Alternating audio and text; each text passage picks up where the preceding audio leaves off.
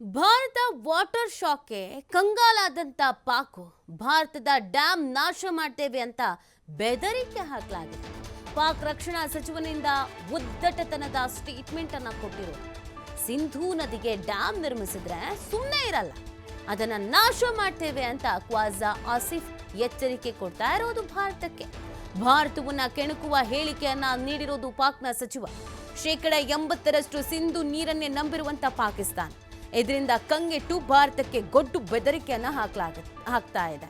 ನೋಡಿ, ಈ ಭಾರತ ಪಾಕಿಸ್ತಾನದ ಯುದ್ಧದ ಕಾರ್ಮೋಡ ಆಗ್ತಾ ಇದ್ದ ಹಾಗೇನೆ ಭಾರತ ತೆಗೆದುಕೊಂಡ ಪ್ರಮುಖ ನಿರ್ಣಯಗಳಲ್ಲಿ ಸಿಂಧೂ ನದಿ ನೀರಿನ ಒಪ್ಪಂದವನ್ನ ಬ್ರೇಕ್ ಮಾಡಿದೆಯಲ್ಲ, ಇದು ಪಾಕಿಸ್ತಾನಕ್ಕೆ ಅರಗಿಸಿಕೊಳ್ಳೋದಕ್ಕೆ ಸಾಧ್ಯನೇ ಆಗ್ತಿಲ್ಲ. ಕಾರಣ ಏನು ಅಂತಂದ್ರೆ ಅವರ ಜೀವನ ನಡೀತಾ ಇರೋದ್ರೆ ಈ ನೀರಿನಿಂದ.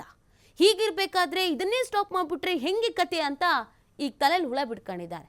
ಹಾಗಾಗಿ ಏನೂ ಮಾಡೋದಕ್ಕೆ ಸಾಧ್ಯ ಆಗದೆ ಎಚ್ಚರಿಕೆಯನ್ನ ಕೊಡ್ತಾ ಇರೋದು. ಈ ಎಚ್ಚರಿಕೆಗೆಲ್ಲ ಯಾರು ಹೆದರುತ್ತಾರೆ ಈಗ?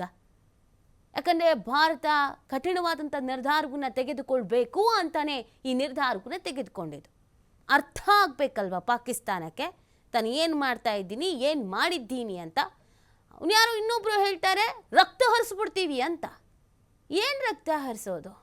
ಯುದ್ಧ ಮಾಡೋದಕ್ಕಾಗ್ದೇನೆ ಭಯ ಪಡ್ಕೊಂಡು ವಿಶ್ವಸಂಸ್ಥೆ ಮೊರೆ ಹೋಗೋದು, ಅಮೇರಿಕದ ಮೊರೆ ಹೋಗೋದು, ಮುಸ್ಲಿಂ ರಾಷ್ಟ್ರಗಳ ಮೊರೆ ಹೋಗುವಂಥದ್ದು, ಇದನ್ನು ಮಾಡ್ತಾ ಕೂತವರು ಈಗ ಡ್ಯಾಮ್ ಕಟ್ಟಿದ್ರೆ ಒಡೆದಾಕ್ಬಿಡ್ತಾರಂತೆ.